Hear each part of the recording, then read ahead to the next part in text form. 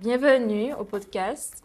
Aujourd'hui, nous allons parler d'un sujet très important, des violences faites aux femmes. Je me présente, je suis Smila, étudiante en BTS SP3S au lycée Dumas Jean-Joseph et je suis accompagnée d'Axel, étudiante en BTS SP3S, première année également au lycée du Joseph.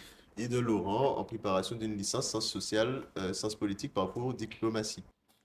Et moi, je suis Clara, jeune créatrice d'entreprise située en Martinique, intégrée dans l'incubateur Collab FWI, qui est un incubateur dédié à l'entrepreneuriat féminin ici en Martinique. Et je suis actuellement en train de me former dans le secteur de la psychologie afin de monter un cabinet qui vise à revaloriser l'éducation sexuelle et affective sur notre île. Belle bonjour, Fabienne Sainte-Rose. J'interviens aujourd'hui en tant que médiatrice en santé père et j'ai créé l'association L'Âme Vie, qui est l'association des 1001 victimes d'inceste et de traumatisme, et puis d'une petite association qui a bientôt 4 ans qui s'appelle Envie Vive. Donc merci de nous recevoir et nous cacoter. Selon vous, combien de femmes et de filles sont-elles victimes de violences faites aux femmes?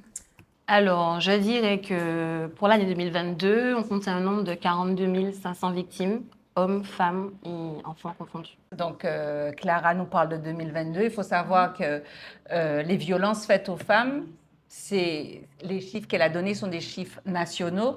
Donc, en Martinique, on est une petite population de 380 000 habitants. Donc, on sait que, en tout cas, l'Union des femmes reçoit à peu près 4 000 à 5 000 appels par an de femmes en détresse et qui, effectivement, mentionnent des violences conjugales, mais aussi des femmes qui rapportent des violences subies par leurs enfants. Donc, la question des violences faites aux femmes résume effectivement les violences directes aux femmes, mais aussi les violences faites aussi à leurs enfants. D'accord. Et peut-on également parler de violences faites aux hommes? Ah oui, totalement. Exactement, parce qu'il faut savoir qu'il y a une majorité de petits garçons qui sont victimes d'agressions sexuelles. C'est très répandu dans le milieu du sport, justement, notamment, et un peu moins chez l'adulte, mais les hommes sont particulièrement aussi touchés par cette cause. Merci pour cette question super importante. Il faut savoir qu'en Martinique, il y a une association qui a créé Machoquette, qui existait, je crois, depuis une dizaine d'années ou un peu moins, qui a été fondée par Gisèle Hérichet, qui vient d'avoir effectivement la Légion d'honneur pour son engagement. Et comme a dit Clara, effectivement, sur les 160 000 enfants victimes de violences sexuelles en France, il faut savoir que majoritairement, ce sont les petits garçons qui sont touchés. Mais ce qu'on voit du coup à l'âge adulte, donc majoritairement, ce sont les femmes qui sont victimes de violences. À croire que Léo Petit, il faut tout cas prendre fait. Donc, si Léo a maltraité ou Léo Petit, les hommes, ils réagissent autrement. Donc, quand ils ont été maltraités dans l'enfance, quand ils n'ont pas été traités, ils deviennent plus violents. Surtout que quand ils subissent des violences dans l'enfance, c'est des fois du papa, des fois de la maman, de la nounou, du prêtre. Donc, ça fait quand même pas mal d'auteurs qui agressent les petits garçons. Et les hommes... on les retrouve davantage auteurs à l'âge adulte ou infracteurs sexuels. On va dire que dans 90% des cas de violence, ce sont des hommes qui sont infracteurs. Et une étude montre aussi que 38% des hommes qui ont été condamnés pour des violences sexuelles sont aussi des personnes qui ont été victimes de violences sexuelles dans l'enfance. D'accord, très bien. À partir de quand peut-on parler effectivement de violence? Alors, à partir de quand peut-on parler de violence sexuelle? Je dirais à partir du moment où il n'y a pas de consentement préalable. Pour moi, c'est catégorique. De violences conjugales au sein du foyer, des femmes ou des hommes? Donc, nous avons dit, à quel moment nous avons parlé de violence? À quel Bonne moment? question. Donc, humiliation. D'accord. Donc, on a un petit proverbe j'espère qu'on n'utilise plus, mais moi, je l'ai entendu, c'est une vieille femme de bientôt 50 ans. Léo Petit, faut tout cas prendre fait. Il faut savoir que notre pauvre, belle petite société a été quand même construite, bâtie sur 400 ans d'esclavage, d'humiliation. Donc, ça fait 170 ans à peine que nous sommes sortis effectivement de l'esclavage. 70 ans de départementalisation, donc de décolonisation. Donc, on a été construit quand même dans un schéma de violence qui était légitimé, institutionnalisé. Donc, Aujourd'hui, on parle du code du travail, mais il faut savoir que pendant 400 ans, c'est le code noir qui était cabas. Donc, à quel moment on parle de violence? Donc, là, on a bâti chou, on a dit bien ichou pour apprendre les sons. Là, on a humilié. Ça, c'est de la violence. On parle aussi de violence psychologique des femmes sur les hommes aussi. Parce qu'il y a des réunions en proverbe qui dit ici, grand homme pas 40, mais oui, grand homme 40. D'accord? L'humiliation, c'est quelque chose. Une autre forme de violence dont on parle peu et qui est très présente en Martinique, c'est quand même le racisme. D'accord? Là où trop foncé ou pas bon. Et puis là, on a dit nègre contre nègre aussi. Donc, il y a le racisme des Blancs qui nous disent que nous ne sommes pas des êtres humains. Mais tu as aussi les Noirs qui te disent, ben, où trop on aurait pour faire ceci. Ça, c'est de la violence. D'accord? Donc, l'humiliation, c'est déjà, donc, on appelle ça des violences éducatives. Donc, c'est pour ça que des associations se battent. Et il y a pas longtemps qu'on a interdit la fessée. Il a fallu que ça rentre quand même dans la loi pour dire, en maman, papa, ou peut corriger un petit maman, autrement qu'en bail calotte ou coup de coude là. Donc, la violence, elle est là et elle est multiforme. D'accord. Elle est un peu présente sous toutes les formes, que ce soit violence financière ou psychologique, éducative, du coup, comme elle a dit, effectivement. Et la prostitution, on n'en a pas encore parlé. Les gens qui pensent que le travail du sexe, c'est du travail. Non, la prostitution, c'est aussi une violence. Ouais. Et souvent, on voit que les portoricaines, les dominicaines qui sont au Théâtre Saint-Ville, mais non. La prostitution, surtout aujourd'hui, grâce à la digitalisation, est tout de côté. D'accord? Donc, c'est pas que le téléphone rose. Et on voit pas nos petites Martiniquaises et nos petits Martiniquais qui sont obligés, bien souvent, de subir ces violences pour nourrir leurs enfants, pour envoyer leurs enfants à l'école, d'accord? Pour payer le loyer. Et ça, c'est une violence. D'accord. Ben, merci. Beaucoup de mes camarades se posent la question, pourquoi les femmes restent avec leurs compagnons violents? Alors, beaucoup de femmes restent avec leurs compagnons violents, c'est ça? Et il y a beaucoup de personnes qui se posent la question. Je dirais que dans le cadre de violences conjugales, il est toujours difficile en fonction de la position de la victime de prendre la décision de pas partir. Il y a aussi le fait que parfois la victime elle est inconsciente qu'elle est victime en fait de cette violence, ce qui peut être une cause en fait qui fait qu'elle reste. S'il y a un enfant en jeu, la pression familiale, la pression sociale, il faut prendre tous ces paramètres en compte pour revenir à ce que Fabienne disait sur cette dimension de violence. Et c'est ce qui fait que dans un couple victime de violence conjugale, eh ben, la victime peut rester pendant des années. Pour compléter ce que dit Clara, il faut rappeler quand même, même si nous avons parlé de violence, souvent ces crimes se passent avant tout dans l'intimité, dans la famille, dans le couple, d'accord? Quand tout va bien, on n'en parle pas, mais du coup, quand les choses commencent à se gâter, on n'arrive pas non plus à parler. Il faut savoir que dans les questions de violence, il y a ce qu'on appelle l'emprise. Là, quand un petit garçon, une petite fille subit des violences dans la maison, donc depuis des années, d'accord? Donc, ça construit chez lui une façon de réagir face à l'agressivité et aux agressions. Nous, à l'AMVI, on a constaté que quasiment toutes les femmes et tous les hommes, les rares hommes qui ont poussé la porte de l'AMVI pour venir se confier, ont été victimes dans l'enfance et parlent aussi des violences conjugales et même au travail aussi qu'ils ont subi. Et on leur demande tout le temps, mais pourquoi pas dit ça avant? Donc, il y a la honte qui te fait fermer la bouche. Moi, mon père, il m'a violée de mes 11 ans à mes 17 ans, à qui je pouvais dire ça. Et puis, c'est quelqu'un que j'aime. Hein? Qui a bien entendu, je n'ai pas dit que j'aimais, donc ça m'a aimé. Donc, quand on est agressé par quelqu'un qu'on aime, c'est compliqué de se confier. Et puis, on a surtout peur. On a peur parce que là, j'ai déjà reçu des appels il n'y a pas longtemps encore de personnes qui viennent se confier et disent « mais je ne veux pas qu'on mette mon mari en prison, je ne veux pas qu'on mette le père de mes enfants en prison ». C'est ça quand même aussi la réponse. Donc, et puis, qui dit violence dit aussi mort. Donc, on vous menace de mort. Si tu dis ça à ta maman, je te tue, je la tue. C'est simplement ça. Hein? quand on te menace de mort, on te menace à fermer ta bouche.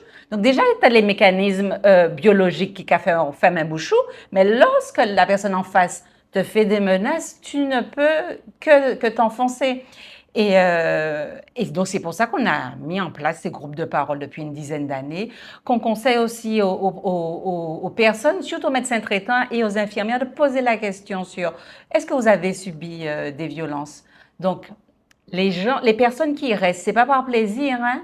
Vous avez déjà vu un oiseau pris au piège? Hein? Si. Est-ce que c'est par plaisir qu'elle était en cage là? Non, il n'arrive pas à Si s'en t'es sortir. t'es sorti, ah ben c'est ça, la violence, c'est des pièges. Alors, je pose cette question parce que j'ai une amie, ben, pas plus tard que la semaine dernière, qui nous contacte parce que ça fait 7 mois qu'elle est avec quelqu'un. Elle est en France, elle n'est pas en Martinique. Et du coup, elle est victime de violences depuis octobre.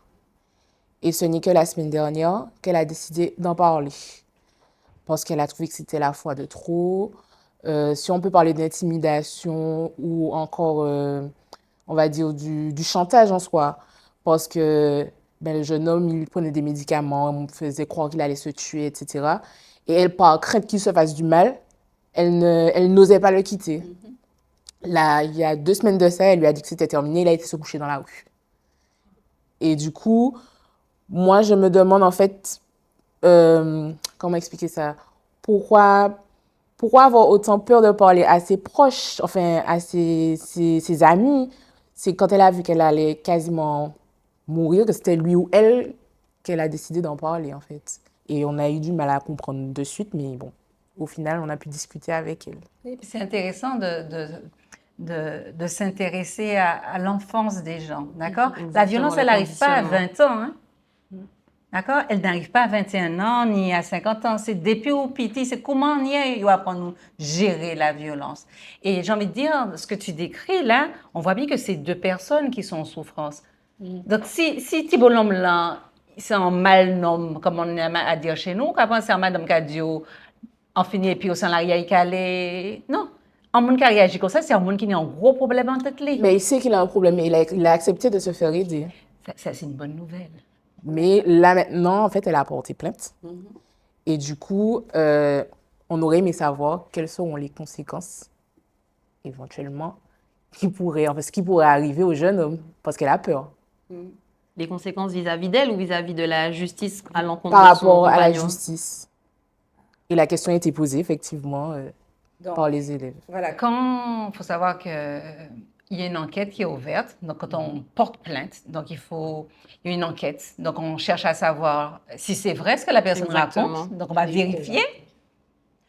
Ah, ma chère, hein, si tu savais le nombre de dossiers classés sans suite malgré les preuves, ou peut-être qu'il dis-moi, il y a des preuves. Hein.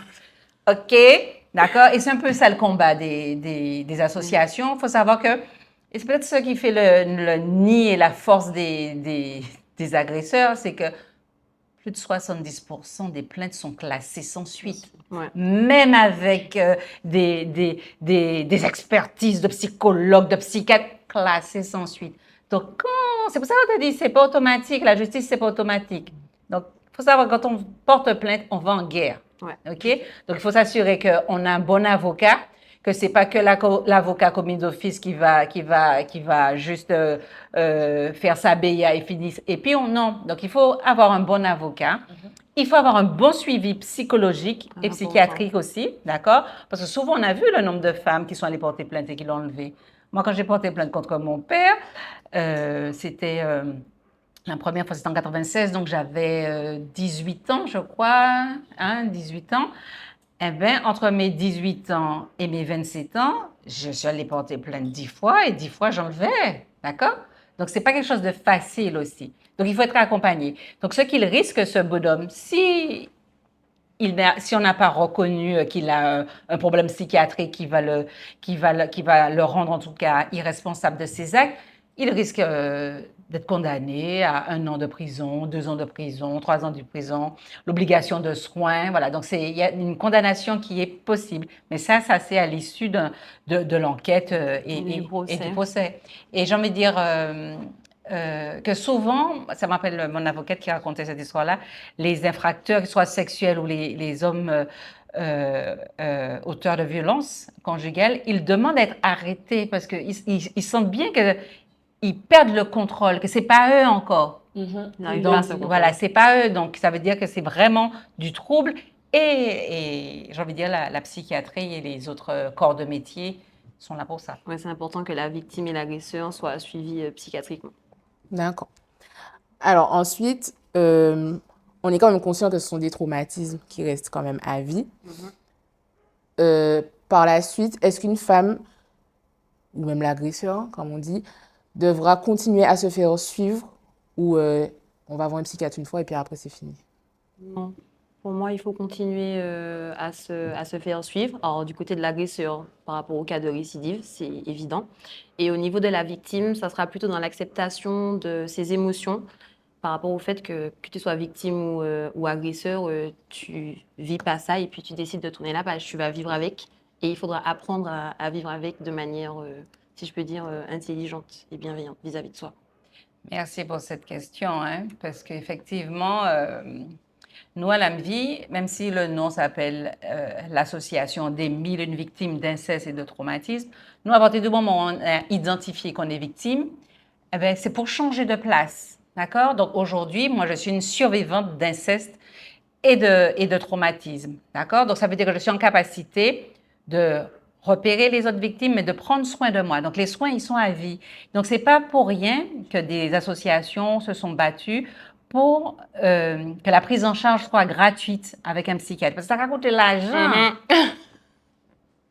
Bon, bah, ça veut dire qu'il y a l'argent pour aller payer la sexologue dans quelques temps, d'accord? Parce que ça te détruit, je ne veux pas dire détruit, parce que quand on dit détruit, ça veut dire qu'il n'y a pas de réparation après. Ça te démantibule, désorganise ta vie, d'accord? Donc, il faut reconstruire il faut 80 € au minimum, C'est un cheminement. de psychologue, de psychiatre, d'ostéopathe, de ceci, de cela. Donc, il faut des sous pour se soigner, se réparer. Et c'est pour ça qu'on indemnise aussi les victimes. C'est pas pour aller acheter le dernier sac Guess ou bien la dernière chicha. Non, c'est pour continuer à se soigner. Les gens, ils rigolent avec ça, mais l'argent, c'est pas pour rien, d'accord? C'est parce qu'on sait que ça coûte cher les soins. Il y aura un suivi Combien de derrière. femmes perdent leurs dents dans ces trucs-là? Combien de femmes doivent des fois avorter suite à des viols conjugaux ou bien continuer à porter une grossesse d'un viol conjugal? C'est aussi ça. C'est pas pour rien que l'aide sociale à l'enfance souvent déborde. C'est pas que de personnes qui ne sont pas en capacité de nourrir leurs enfants que les enfants sont placés. Des fois, il y a aussi des enfants nés de viols conjugaux ou de viols incestueux qu'on dépose à l'aide sociale à l'enfance. Donc, c'est vraiment une déconstruction à plusieurs niveaux et il faut réparer. Donc, et ça prend du temps. Hein. Ce n'est pas une petite Mercedes qu'on va réparer en un an. Ça prend longtemps, l'eau vivant. D'accord. Alors, je vais finir avec cette question. Quels sont les moments, les périodes les plus propices à l'apparition, à l'augmentation de violences conjugales? Alors ça, c'est une bonne question, mais moi, je parlerai pas de période, je parlerai vraiment de moments. Par exemple, dans l'intimité, dans le cas de violence conjugale, s'il faut donner, j'ai pas de source sûre, hein, mais peut-être l'été, parce qu'on va chez la famille, il y a des rassemblements de jeunes, il y a plus de soirées. Ça peut être, à mon avis, une période propice aux agressions. C'est une très bonne question, hein, effectivement.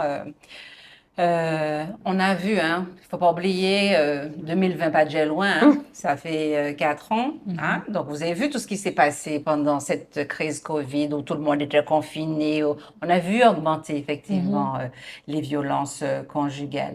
Donc, on sait aussi que là où il y a surconsommation d'alcool et de drogue, où qu'est trouvée violence. Ouais. D'accord? Là où il y a en l'eau, on fume en l'eau zeb et sniffant l'eau cocaïne, on ne peut pas rester zen. D'accord? Donc, il y a effectivement des contextes et des comportements qui favorisent les comportements violents. Mais ce qu'il faut entendre aussi, c'est que souvent, les gens qui boivent, qui fument, c'est parce qu'ils sont déjà en souffrance. Donc, c'est comme un serpent qui se mord la queue. Donc, nous, on ne dit pas ça pour incriminer les gens qui consomment de l'alcool. Hein. Non, c'est juste un constat, d'accord? Et puis, nous, à la vie et puis face à l'inceste, ce qu'on a remarqué, ce qu'on peut dire concernant aussi les enfants, c'est partout où il y a des enfants, il y a des prédateurs. D'accord? Donc, là, on parle des violences faites aux femmes. Il ne faut pas oublier qu'en couple, ce n'est pas seulement en homme et qu'en femme. En couple, c'est aussi femme avec femme.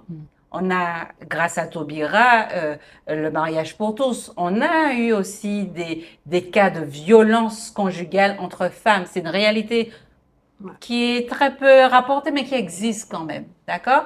Donc, la violence, elle existe, elle est là. Quand les gens n'arrivent plus, comme elle a dit dès le départ, hein, Clara, n'arrivent pas à gérer leurs émotions. OK? Et pour gérer les émotions, mais ça s'apprend. Comme Hulk, il apprend à gérer ses émotions. Sinon, la Terre serait déjà sans dessus-dessous.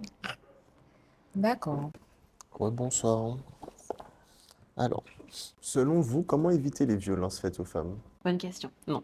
Alors, selon moi, comment éviter les violences faites aux femmes? Je vais me permettre d'agrandir la question, plutôt les violences sexuelles en général, puisque c'est important aussi pour moi de parler des hommes et des enfants. Et je dirais, en fait, en traitant directement à la source, à savoir l'agresseur. Souvent, comme disait Fabienne, il y a toute cette dimension de conditionnement depuis l'enfance qui peut pousser un agresseur, enfin une victime de l'enfance à devenir un agresseur en grandissant. Et pour moi, l'élément déclencheur, le levier principal à aborder serait vraiment de traiter à la source, à savoir au niveau de l'agresseur.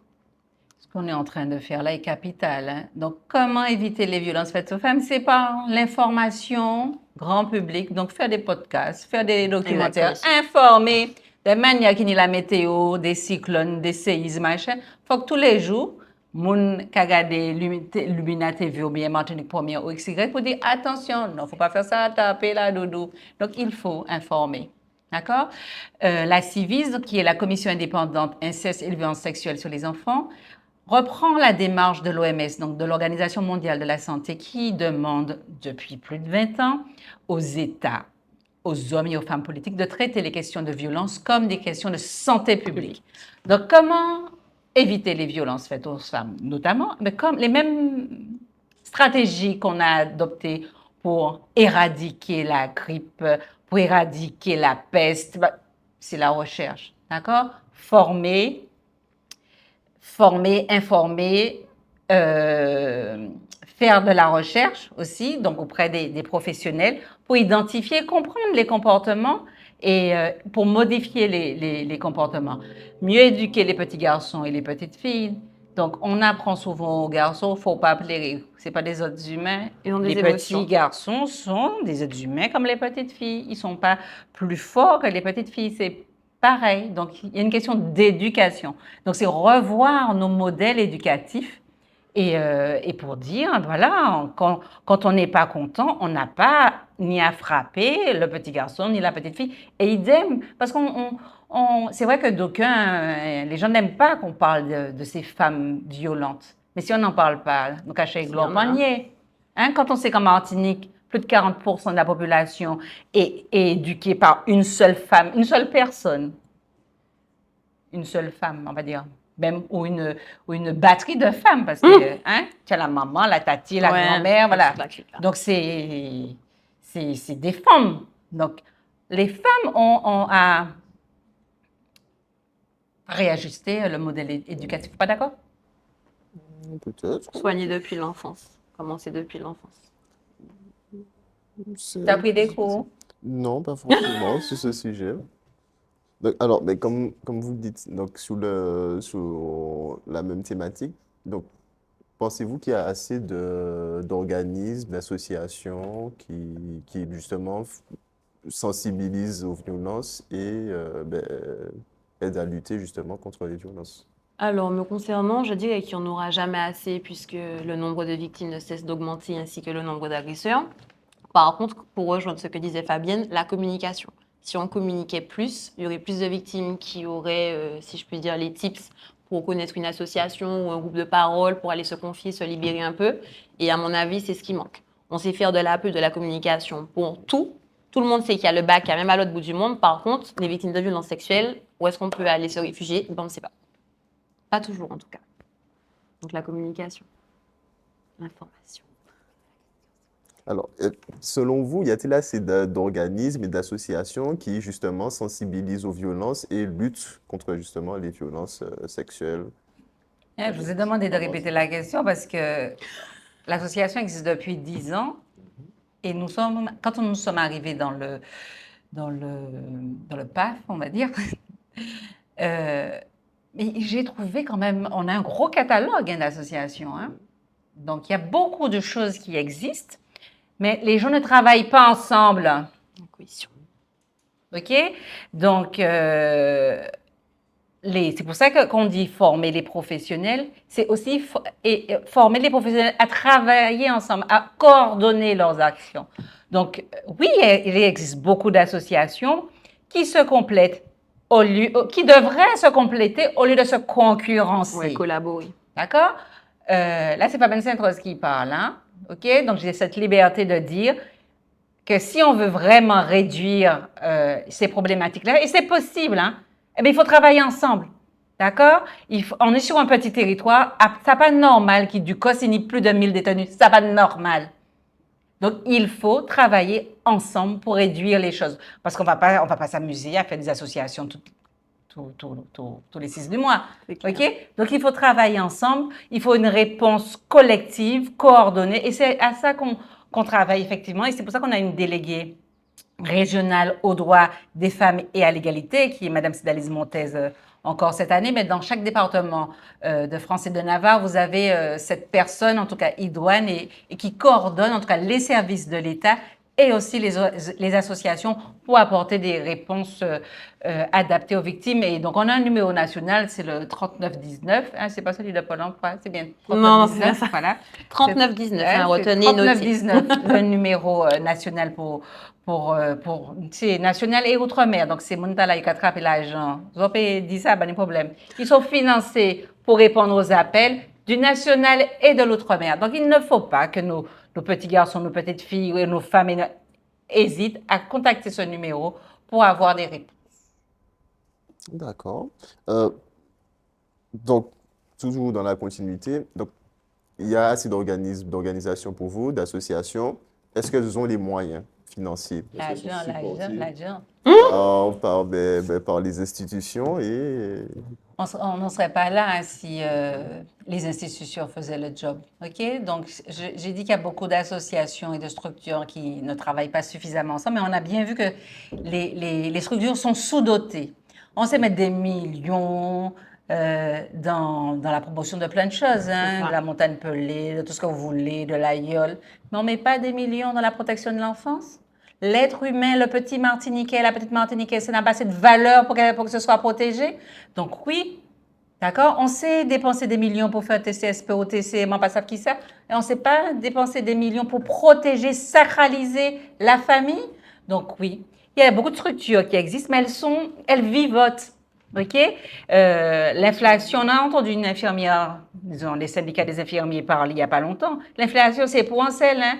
Ils arrivent au pouvoir, ils augmentent quoi, il dit 200%, et le reste n'a pas suivi. Donc, effectivement, il faut davantage de fonds pour aider les institutions et les associations. Je dis les institutions aussi parce que vous avez vu l'état de l'hôpital. Il faut savoir que c'est quand même à l'hôpital qu'on soigne les violences. Hein? Ce n'est pas dans les tribunaux hein? Et ce n'est pas en prison. Donc, c'est dans les hôpitaux. Et que si, m'entends pas longtemps que l'hôpital, je crois que c'est Georges Pompidou, en l'hôpital public, qui a lancé un appel à dons pour qu'on finance leur structure. Donc oui, il y a un gros problème de financement. Donc, on s'est dépensé pour acheter des belles robes, des beaux tableaux, des machins. Mais il faut investir dans l'être humain. C'est pas d'accord? Oui, c'est peut-être pour pense, l'État. Oui, dans l'ensemble, oui, il faut forcément investir dans l'être humain. Après, est-ce qu'on se donne des moyens? C'est mon interrogation, justement. Alors, ce serait quoi les moyens? Les braquer, on se fait un braquage à la Clara. Pour moi. Je rigole. Non, ce serait bien. C'est compliqué pour les associations, parce que les associations se battent beaucoup, hein? D'accord? faire On doit entrer les fonds. démontrer. euh, euh, euh, ça me touche vraiment beaucoup ces questions-là parce que nous, à l'AMVI, on avait décidé de ne pas faire de demande de subvention. Ça fait 10 ans qu'on fonctionne sans subvention. C'est l'argent nous D'accord. rapporter nous. Donc là, nous pas l'argent, nous qu'à coller tête, coller les épaules et nous qualité. Nous, ça foutu, nous pas qu'à faire de demande de subvention. Parce que le message et les causes qu'on porte, mais ça dérange. Ouais. Parce qu'on a bien vu avec l'affaire de la famille à Grande. C'est pas que chez Tissonson et Monsieur le Bananier hein, qui a de la violence. C'est le plus haut sommet. On va dire comment tout le monde supporte, disons tout le monde, certains supportent Gérard Depardieu. Donc c'est Ah oui. aussi ça. D'accord? C'est des guerres d'influence. C'est la guerre. C'est la guerre. Donc oui, il faut financer la protection de l'enfance. On débloque des millions pour l'Ukraine, on débloque machin. Il faut débloquer des millions aussi pour protéger nos enfants. Je dirais que le peuple aussi devrait être soudé pour militer contre cette cause, enfin pour cette cause, puisqu'on sait faire la grève pour tout et n'importe quoi. Donc je pense qu'il faudrait donner un sens à toutes ces grèves et militer pour nous-mêmes. Voilà. Il n'y a pas que le chlordécone qui déconne. D'accord. Et alors, quelle proposition concrète que vous avez pour lutter contre la violence, contre la violence en général? Donc, concrètement, moi, je suis témoin de violence ou victime de violence. Qu'est-ce que je dois faire? Qu'est-ce que je peux faire? Voilà.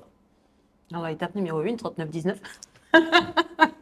Non, mais déjà, c'est sortir du silence, c'est communiquer, aller au niveau de l'entourage de la victime. Pas toujours, parce que des fois, la victime ne veut pas que son entourage soit au courant, mais aller vers une association, comme dit Fabienne, et puis communiquer, enfin sortir du silence. Ça, c'est l'étape numéro 1 pour moi, c'est ne pas regarder. Donc, si je reste dans le silence, ça va pas fonctionner. Je pourrais jamais. Qui sera au courant? Comment tu vas pouvoir aider cette personne? Donc, il faut parler. En tout cas, ta question est vraiment primordiale. Hein. Quand on a créé l'AMVI à 10 ans et qu'on a commencé à nous inviter sur les différents plateaux, tout ça, et au bout de 5-6 ans, on a commencé à me dire, mais on n'entend que toi, ferme ta bouche, tais-toi. Hein? Tais-toi. Donc, si des personnes qui sont censées donner l'information vous poussent à fermer votre bouche, on a un problème.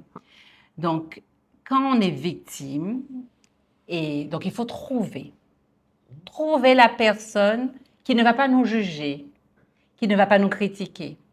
Donc, ça peut être dans une association, ça peut être son médecin traitant, son infirmière. Donc, trouver une oreille à qui confier ces choses-là. D'accord? Et souvent, cette oreille à qui on va confier ces choses-là, cette oreille-là va nous aider à trouver les autres ressources pour nous sortir de ce je ne veux pas dire des gros mots, hein, il ne faut pas dire ça, de ce piège, d'accord? C'est, comme elle a dit, Clara, il faut parler. Mais il faut bien choisir à la personne à qui on parle, surtout Oui. ici, hein, d'accord? Donc, parler, c'est pas faire du macrélage. Parce qu'on sait, faut savoir, hein, j'ai dit tout à l'heure, les conséquences des violences. On a dit que ça peut être les conséquences, hein, la prostitution, donc l'hypersexualité, comme on aime à dire, la consommation à outrance d'alcool. Vous avez des problèmes aussi d'alimentation, ça peut être la boulimie ou anorexie ou bien les deux, et qui provoque après des obésités ou bien parce que on pense que les personnes qui souffrent d'anorexie sont que des personnes maigres. Non, on peut être anorexie et être aussi en surpoids. Donc, il y a toutes ces questions de santé.